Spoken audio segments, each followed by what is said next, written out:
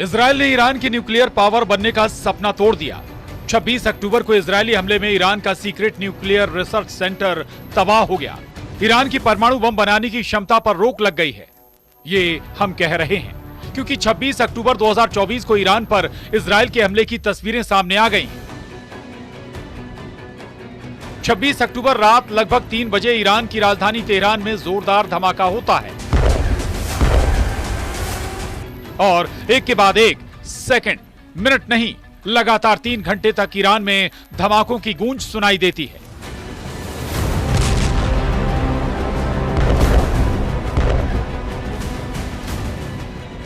सुबह ऐलान होता है कि इजरायल ने ईरान से 1 अक्टूबर के हमले का बदला पलटवार कर ले लिया है।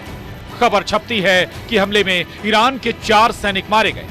कोई सरकारी इमारत नहीं गिरी, कोई तेल डिपो आग में तबाह नहीं हुआ, लेकिन दिन बीतते हैं और ईरान की उस रात की तबाही की चौंकाने वाली तस्वीरें सामने आती हैं। जंगल में आग की तरह दुनिया भर में ईरान के न्यूक्लियर रिसर्च सेंटर पर हुए हमले की खबर फैल रही है। ये न्यूक्लियर विकास कार्यक्रम ही तो है जिसे लेकर ईरान प्रतिबंधों की वो मार झेल रहा है कि कुछ साल और ऐसे ही चला तो भीख का कटोरा पाकिस्तान से ईरान ट्रांसफर हो सकता है। ये न्यूक्लियर पावर बनने की ही तो जिद है जिसने चौधरी अमेरिका को ईरान के खिलाफ खड़ा कर दिया है। ये न्यूक्लियर पावर वाली सनक ही तो है जिसकी वजह से इजरायल ईरान के बीच खुली जंग भड़की तो परमाणु युद्ध में तब्दील होने की आशंका जाहिर की जाती है। ये न्यूक्लियर ठिकाने तो ही हैं जिसे लेकर अमेरिका, इजरायल अब तक कहते आए हैं कि उन्होंने ईरान के इन सेंटरों को टारगेट नहीं किया, लेकिन अब तस्वीर सामने है। अब इजरायली मीडिया रिपोर्ट में ही 2 अधिकारियों के हवाले से दावा किया गया है कि हमले में तेहरान के पास पार्चिन में सीक्रेट न्यूक्लियर रिसर्च फैसिलिटी को नष्ट कर दिया गया। इस हफ्ते में विस्फोटकों को आकार देने और परीक्षण करने के लिए जरूरी जटिल उपकरण तबाह हो गए हैं जो न्यूक्लियर चेन रिएक्शन शुरू करने के लिए अहम है। मतलब इजरायल ने ईरान के न्यूक्लियर फैसिलिटी पर हमला कर उसे परमाणु रूप से पंगु बना दिया है। नष्ट हुए उपकरणों के बिना ईरान फंस गया है। अमेरिकी और इजरायली अधिकारियों के दावे के मुताबिक पिछले 1 वर्ष में ईरान ने परमाणु हथियारों से जुड़ा रिसर्च फिर से शुरू किया है। इजरायली अधिकारियों का दावा है कि अगर ईरान परमाणु हथियार विकसित करने का फैसला करता है तो उसे नष्ट किए गए उपकरणों को बदलने की जरूरत पड़ेगी। 1 अक्टूबर के ईरान के हमले के जवाब में इजरायल की सेना ने 26 अक्टूबर को ईरान पर हवाई हमला किया। इस हमले में ईरान को भारी नुकसान हुआ और उसका अंतरिक्ष केंद्र भी तबाह हुआ।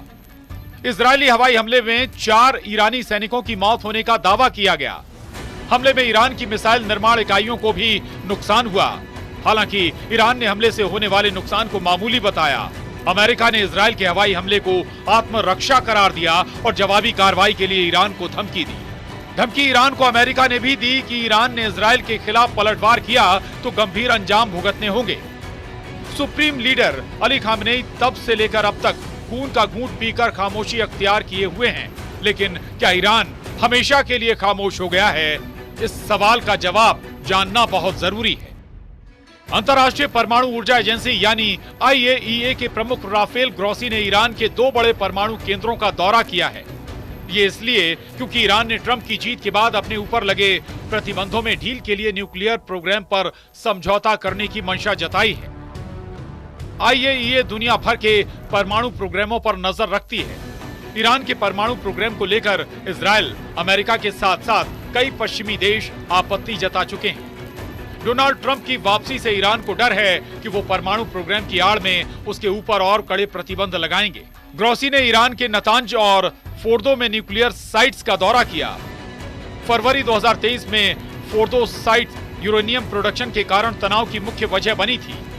फोर्दो में जांचकर्ताओं ने भूमिगत सुविधा में 83.7% तक संवर्धित यूरेनियम कण पाए थे। ये मात्रा परमाणु बम बनाने के करीब है।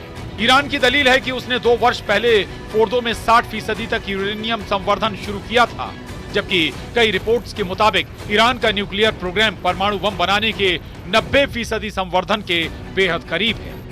26 अक्टूबर को जब इजरायल ने 100 लड़ाकू विमानों से ईरान पर हमला किया तो उसके ठीक बाद सुप्रीम लीडर अली खामनेई ने सेना को आदेश दिया कि वो इजरायल पर हमले की तैयारी शुरू कर दे। लेकिन दिन, हफ्ते और अब महीना पूरा होने को नजदीक है। ईरान इजराइल पर हमले की या तो हिम्मत नहीं जुटा पा रहा या मुफीद मौके के इंतजार में है। ईरान के लिए हेठी की बात है कि उसके न्यूक्लियर ठिकाने पर हमला होने के बाद भी वो इजराइल के खिलाफ कुछ नहीं कर पा रहा। ईरान अकेले अमेरिका तो दूर इजराइल से भी निपटने में सक्षम है, इसमें आशंका है। हमास, हिजबुल्लाह या इराक या फिर हूथी या फिर सीरिया वो ताकतें नहीं हैं जिनके दम पर ईरान मिडिल ईस्ट से इजराइल का समूल विनाश कर उसके अस्तित्व को मिट्टी में मिला दे। इस बीच अमेरिका से चौंकाने वाली रिपोर्ट आती है कि ट्रंप के एडवाइजर माइक इवांस चाहते हैं कि इजराइल अगले 8 हफ्ते में ईरान का काम तमाम कर दे। इसीलिए कहा जा रहा है कि 20 जनवरी के पहले इजराइल ईरान को साफ करने की तैयारी में है। ट्रंप चाहते हैं कि इजराइल हमास, हिजबुल्लाह को निपटाए और फिर ईरान पर फोकस करे। इजराइल ईरान के तेल प्रतिष्ठानों और व्यापार कंटेनरों को निशाना बनाए। यह सारा काम डोनाल्ड ट्रंप के शपथ लेने से पहले पूरा हो जाए। ट्रंप के एडवाइजर माइक इवांस के मुताबिक ट्रंप 20 जनवरी को राष्ट्रपति बनने के बाद पश्चिमी एशिया का बवाल नहीं ओढ़ना चाहते हैं। 1 अक्टूबर को जब ईरान ने इजराइल पर 200 मिसाइलें दागी थीं, तब 4 अक्टूबर की एक रैली में ट्रंप ने इस पर क्या रिएक्शन दिया था कि इजराइल को जवाब में ईरान के न्यूक्लियर ठिकाने तबाह कर देना चाहिए। इजराइल ने जैसी की रिपोर्ट आ रही है 26 अक्टूबर को हमले भी वही किए। ट्रंप ईरान के जानी दुश्मन हैं। अपने पहले कार्यकाल में भी ट्रंप ने ईरान के खिलाफ कई एक्शन लिए। 2018 में ट्रंप ने ओबामा कार्यकाल में हुए ईरान के साथ अमेरिका के परमाणु समझौते को रद्द कर दिया था। 3 जनवरी 2020 को ईरान के सैन्य कमांडर कासिम सुलेमानी की हत्या का ऑर्डर भी ट्रंप ने दिया था। इजराइल के लिए बेहतरीन मौका है। इजराइल इस वक्त यही कर रहा है।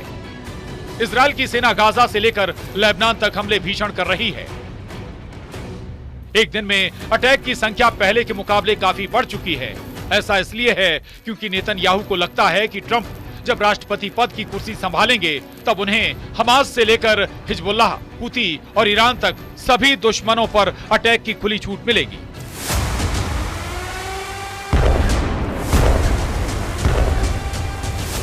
लेकिन सवाल तो ईरान का है, जो सऊदी अरब के साथ गलबहियां कर रहा है,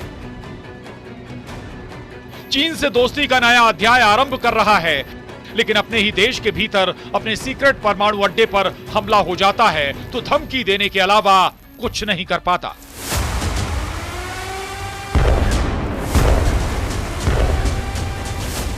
ब्यूरो रिपोर्ट, न्यूज़ 18।